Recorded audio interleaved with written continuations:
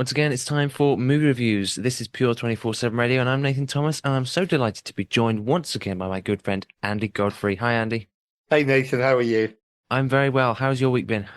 My week's been okay. Sounds like it's been a good week on Pure. It I've has, been yeah. listening and great stuff. Great to be with you again. Thanks for having me. Yeah, absolute pleasure. Looking forward to some more new movies today. Now, I know that you texted me earlier and you talked about, you said you've got a rant you're probably coming up on a particular film you've seen. I Shall think we're we all looking start forward with to that and get it out of the way? that. We can if you're all ready.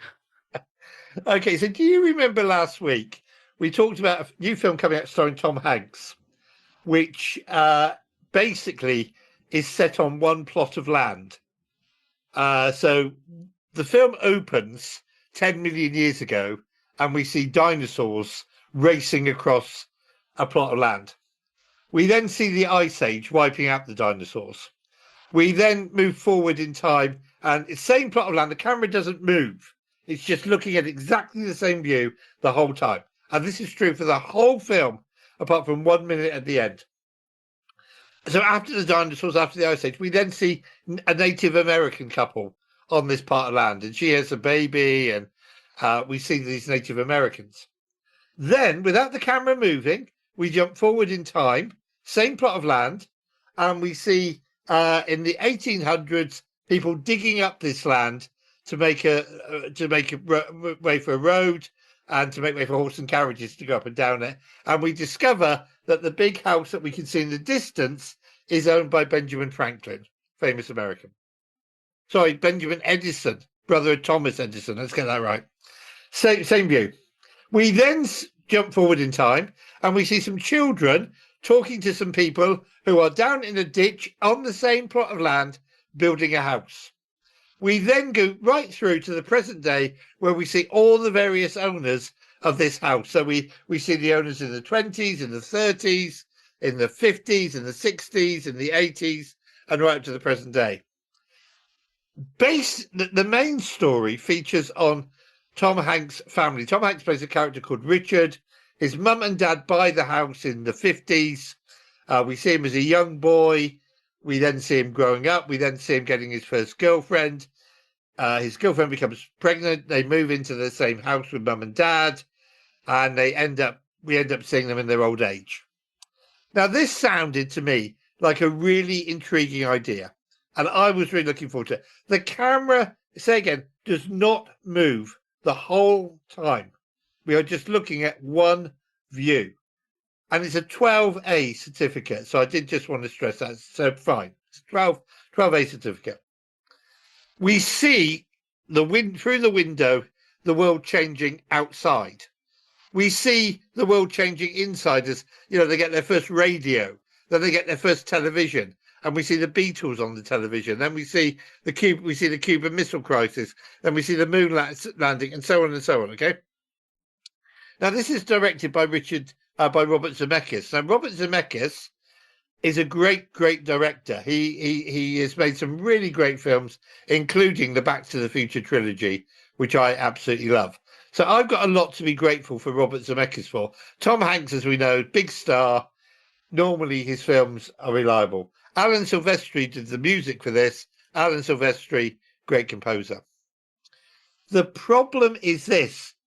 It is so boring and dull and uninteresting and frightfully sleep-inducing that for 104 minutes, as the stories played out in the predictable way they were always going to play out, because people live in houses, they have different furniture through the ages, they die, somebody else buys the house, they get a job, they die, somebody else buys the house, or the house is inherited by the children.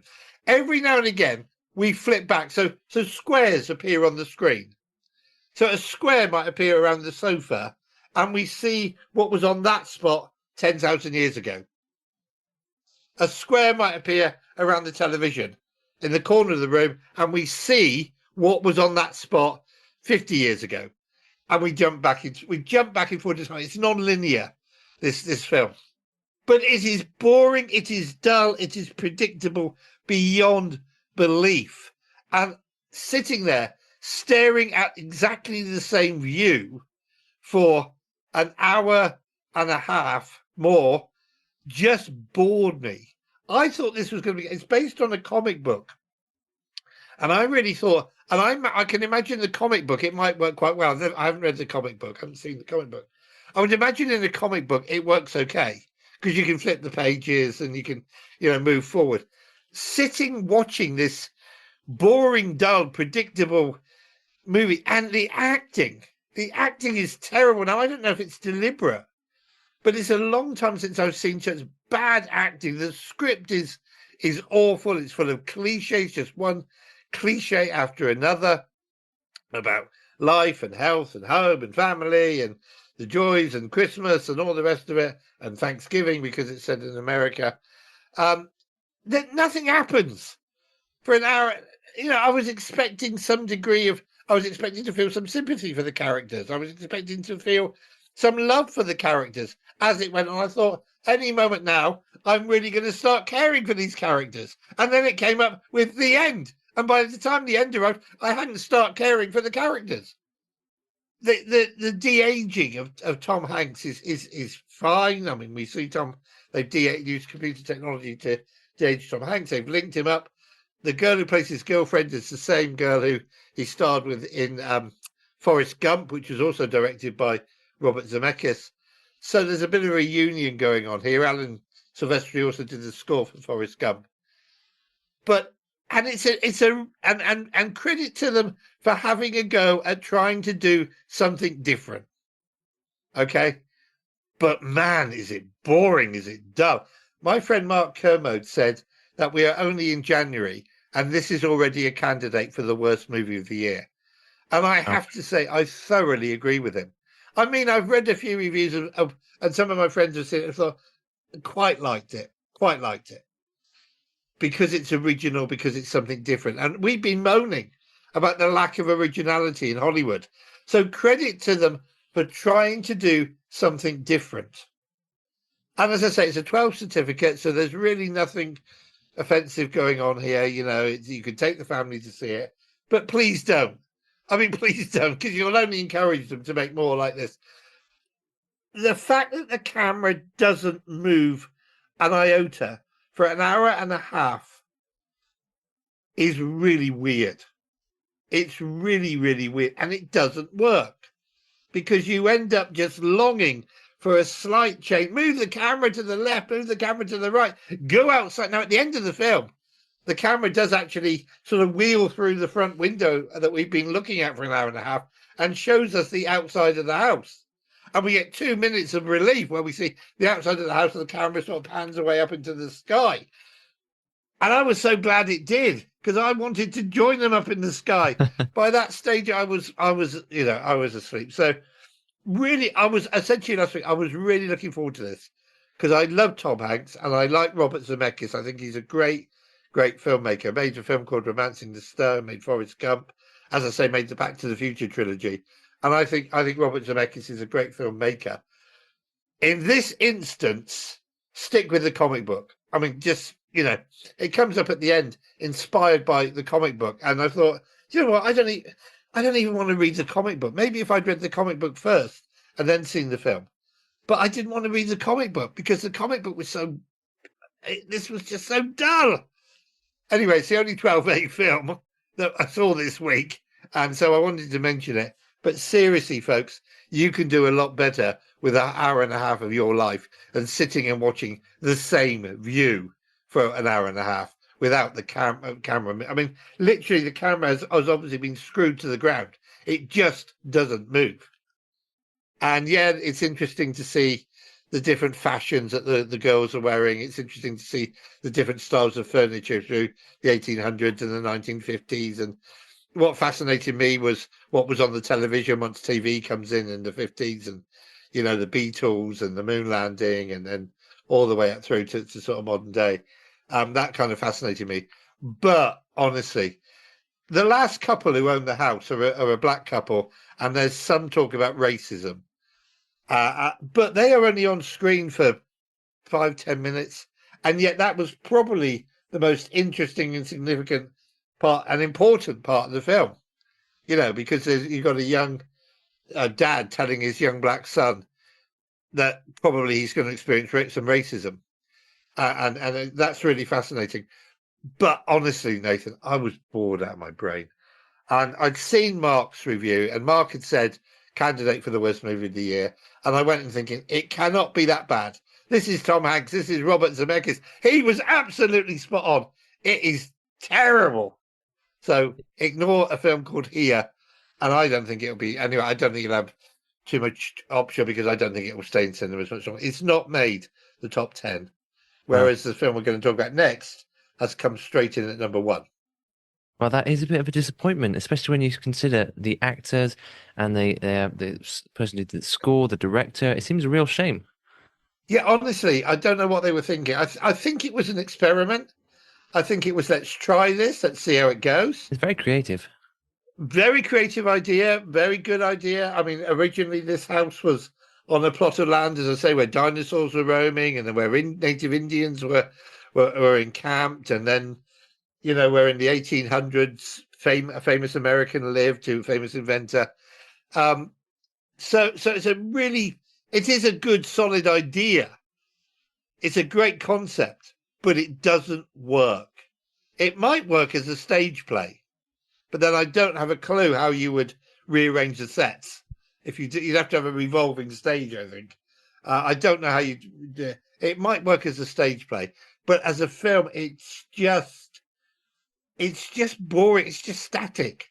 And as I say, some of the acting, which really surprised me, is pretty poor. The dialogue is really weak. They don't talk as normal people talk. They talk as people talk in the movies, right all the way through the film. And it's just, no good. Well, that is a bit of a shame, but there you go. You didn't find it particularly exciting, I guess, and maybe that's It's not exciting. I mean, it is just literally, it cured my insomnia.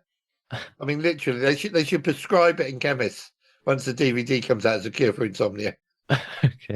Okay. Well, thank you so much, Andy. But you say the next one should be better. Yeah, the next one is now. Let's just be clear. The next one's a 15 certificate for strong language, but this is the Bob Dylan biopic that we talked about. So Yes. we had a whole host of biopics. We won't list them again because we've listed them every week. So this is called A Complete Unknown and stars Timothy Chalamet as Bob Dylan. And basically, now I didn't know a lot about Bob Dylan apart from, as I said last week, I've been playing some of his music and I knew he recorded some gospel albums and so on. So this covers the period from 1961 to 1965. And in 1961, and Bob Dylan, by the way, approved the script of the film himself. So we know that what we're seeing on screen is pretty accurate. Bob Dylan said, yeah, they showed the script to Bob Dylan himself, and he said, yeah, go ahead and film it. So Bob Dylan, played by Timothy Chalamet, who looks like Bob Dylan and sounds like Bob Dylan, and by the way, did his own singing. We know he can sing because he was in Wonka, which was a musical prequel to Willy Wonka and the Chocolate Factory. He arrives in New York in 1961, and he's looking for Willie Guthrie. Now, Willie Guthrie is a big folk singer at the time, big star, big folk singer, but he's had a stroke, which has rendered him unable to speak. And Bob Dylan, being a young man in his late teens, being a fan, just wants to visit this guy and say thank you for the music. He finds him in a hospital, and sitting by his bedside is a guy called Pete Seeger. Now, Pete Seeger is was a big folk singer as well, huge star in the 60s in America. So he finds him, he goes in. Pete Seeger says to Bob Dylan, "Oh, you're carrying his guitar, give us a song." So he plays a song that he's written in the hospital, and Pete Seeger, this big folk star, this big recording artist as he was in the 60s, says, "Do you know what? This guy's got talent." And so he takes him into his own home. He gives him a home, he gives him a bed, and he begins to introduce him to the folk scene in New York. The result of that is that Bob Dylan eventually gets a recording contract, and he writes the song, "The Answer, My Friend, Is Blowing in the Wind," which we all know, massive hit, one of the biggest hits of all time. And Bob Dylan becomes a big star. But by 1965, which the film kind of jumps to, Bob Dylan has become fed up of playing folk music. Now, this is based on a book called Dylan Goes Electric, in which we get the story of how Bob Dylan went from being purely folk, purely acoustic guitar, acoustic guitar, and just playing without a band, just being to joining a rock band. And he plays the Newport Folk Festival in 1965, which was the biggest folk festival in America. And he comes on stage with his band and a shock horror and electric guitar, right? And starts playing. And people in the audience go nuts. They start throwing things at him. They start yelling at him. They start booing him. Oh, dear. A couple of people famously, but this actually happened in real life. It happened in Chicago, but in the film it happens at this folk festival in Newport. One woman famously shouted out Judas and called him a Judas because it seems that he's turned his back on pure folk music and is adopting. I think he was influenced by the Beatles. He was influenced by a few other bands like that. And he could begin to see that perhaps there was more money in rock music than there was in pure folk music. But the audience called him a Judas and turned on him. So the film covers those 4 years. At the end of the film, we get the obligatory stuff about the rest of his life. I mean, Dylan made 55 albums in total, including Gospel Train and the other Wow. gospel albums that he made. Timothy Chalamet is brilliant. He looks like Bob Dylan. He sounds like Bob Dylan. He's kind of doing an impression of Bob Dylan, but it works. No problem at all with him doing his own singing. Unlike Angelina Jolie, where she was a sort of mix of Maria Callas in that film. I enjoyed it. I didn't think it was a great film. It's a straightforward biopic. It's a really good film. It was kind of a bit lumpy in the middle.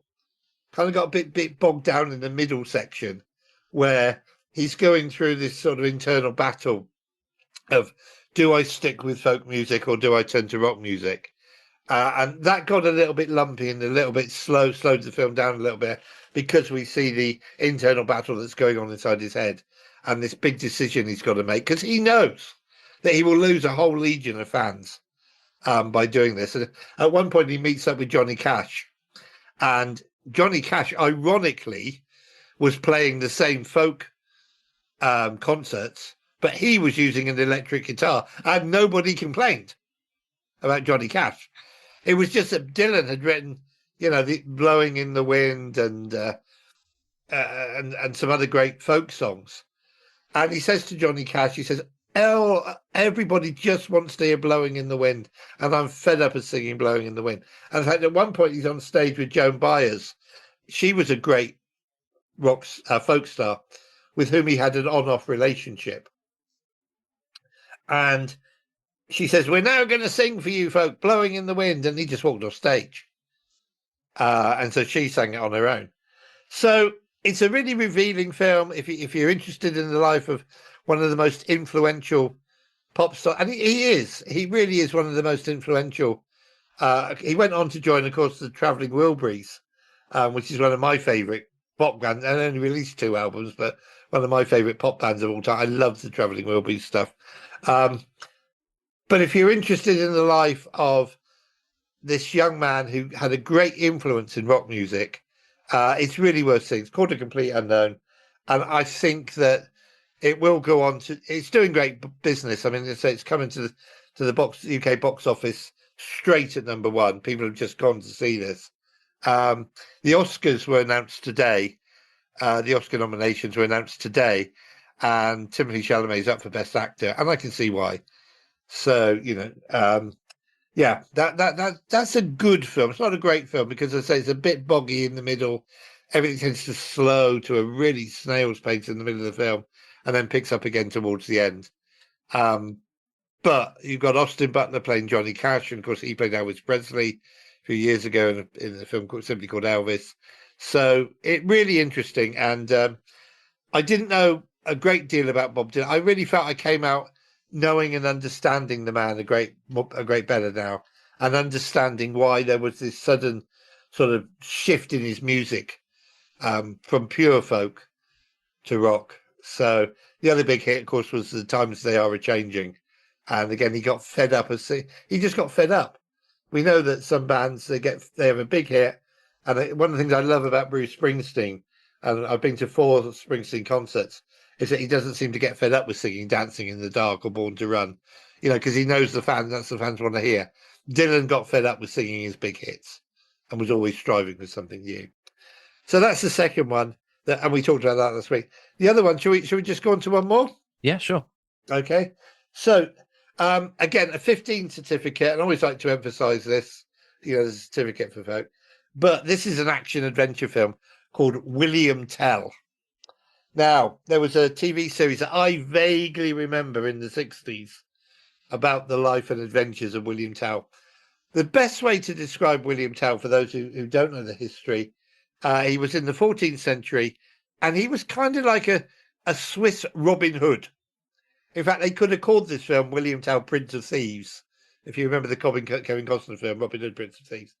So basically, we're in Switzerland, we're in 1388, and Austria, the King of Austria, played by Ben Kingsley, who's really hamming it up and doing the acting. There's an awful lot of acting going on in this film. He's the King of Austria. He wants to invade Switzerland and take it over. And the Swiss are fighting back. The Swiss are rebelling. And they eventually are led by William Tell, who, as I say, is a kind of Swiss Robin Hood. And there are some scenes in this film that almost seem to me to be lifted directly out of Robin Hood, Prince of Thieves. There's one scene where they're sort of invading a town, and he's planting his men, he's getting his men into the town, and secretly they're going in under the guise of different costumes and trying to get in to a town. And it's just like a scene in Robin Hood, Prince of Thieves.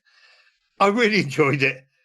For me, it was the best film of the week. A lot of action going on. It's a bit bloodthirsty.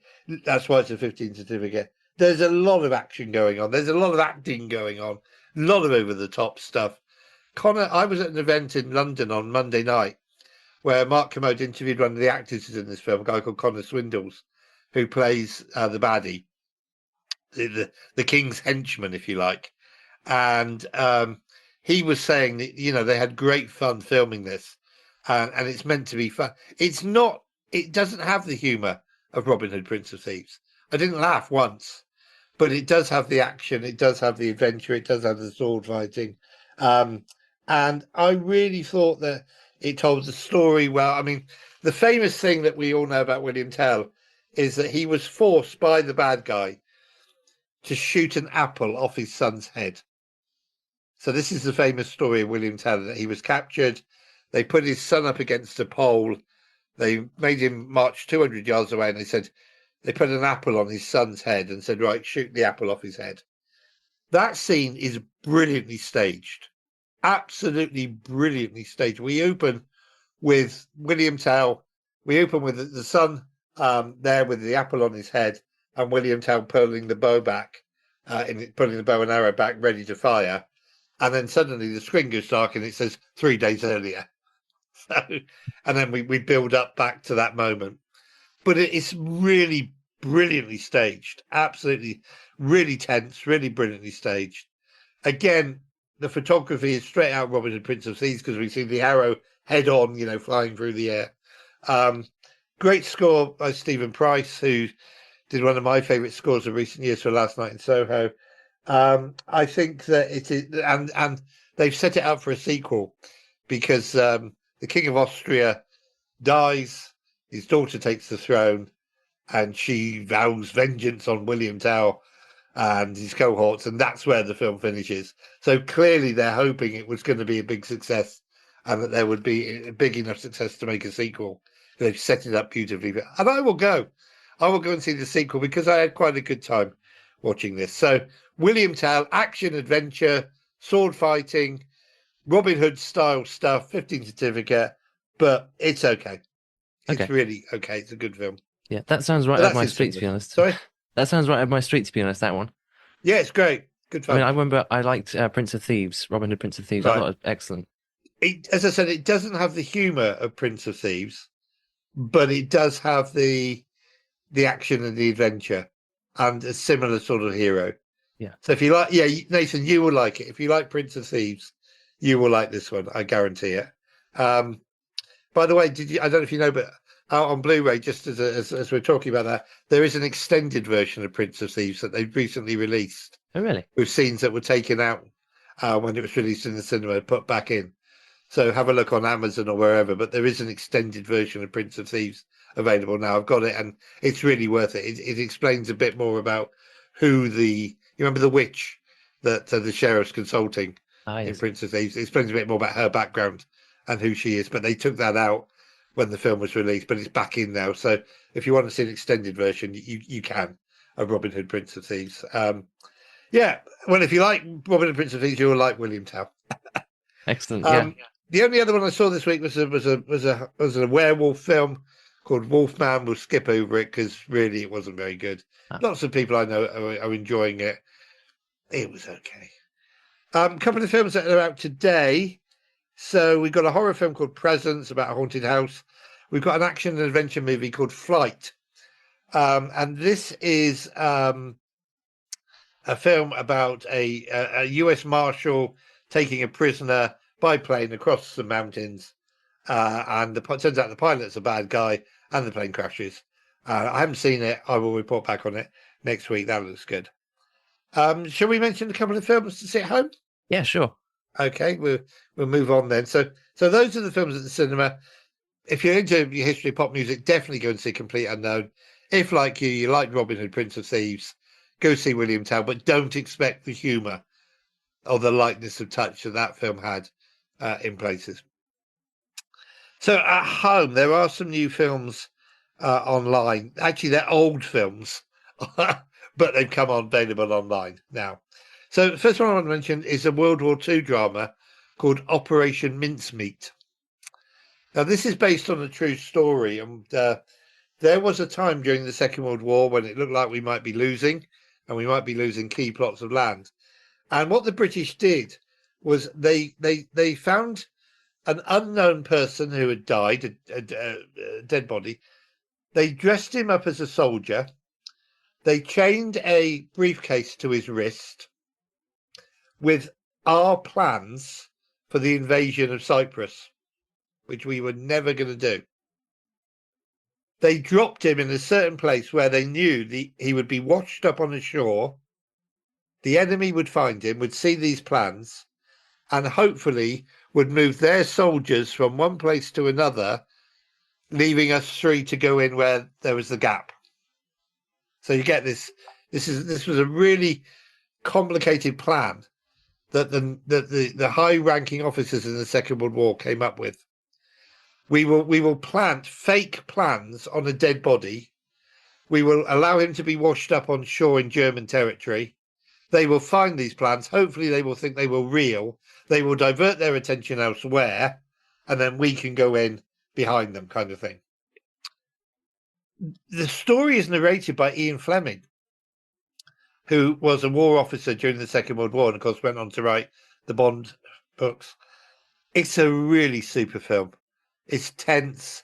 The scene where we know that the Germans have found the dead body, but are they believing the fake plans? You know, these fake plans were found. They were sent all the way through to Hitler's HQ in Berlin. Will they believe us? Will they fall for it? Will they fall for our trap? You know, that we are sending them false information. And that scene is so tense. It just goes. There was a whole night when they had to wait to see if the Germans were actually going to fall for the trick. They've turned it into a musical. This in London. I haven't seen the stage play, but they've turned it into a musical. But it is a fantastic Second World War drama, and it's available now to stream. It's on Netflix. It's new on Netflix this week. And I saw it at the cinema, but I really loved Operation Mincemeat. I think it is one of those Second World War stories that deserves to be told, and that I didn't know. I mean, apparently there was an earlier film made about it in the 50s. I hadn't seen that film, and my brother, who's a historian, he knew about this trick that the English were trying to play on the Germans, giving them false information. And when they were preparing the dead body, they had to make sure that he looked like he'd been on a battleship and that he was a casualty. Well, when they were preparing the plans, they all had to be typed very carefully, and the paper had to be just the right paper. And You know, it had to look like it'd been in the sea for several days and all the rest of it.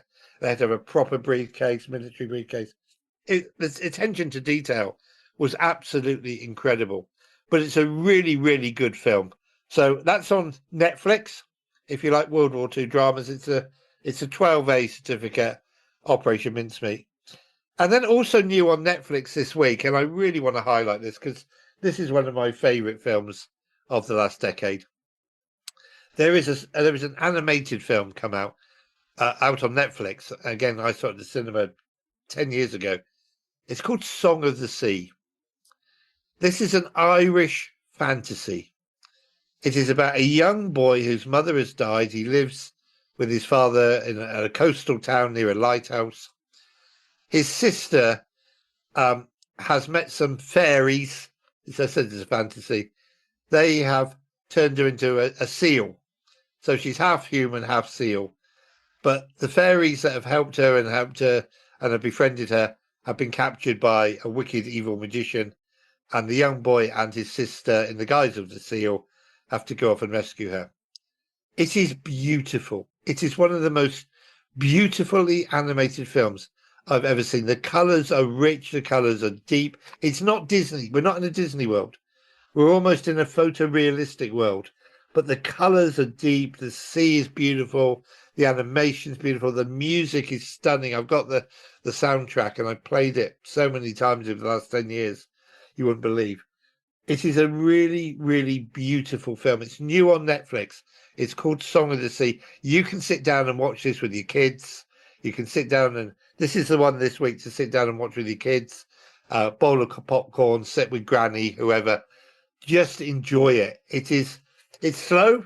It's not action packed. There isn't a lot of great adventure, but there's a lot of sea whirling around and kaleidoscope type scenes, and the animation is absolutely glorious, and the colors are glorious, and it will draw you in to the story. It will just grab hold of you and pull you in. I thought Song of the Sea is terrific. It's one of them. I've got it on Blu-ray, and it is a film that I've watched many, many times and love it every time.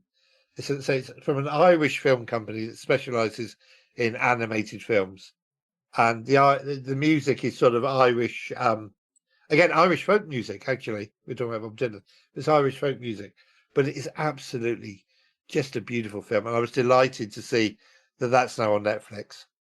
And then just two classics, again, animated films, which are on the BBC iPlayer, because I think we should perhaps do this thing with the BBC iPlayer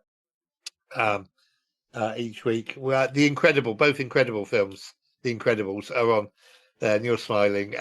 They are both on the BBC iPlayer this week. So this family of superheroes, Mr. Incredible, Mrs. Incredible, and the children, battling the bad guys. Both Incredible films are on BBC iPlayer, so do look out for those and enjoy them. Wow, excellent. And I think that's it. You think so? Lots going on. Lots going on. Yeah, well, fantastic. Yeah, lots going on in the world of cinema. Thank you so much for bringing us up to speed. Lots of great films to watch, not only at home, but also in cinema. And thank you so much, Andy. Great to hear from you again.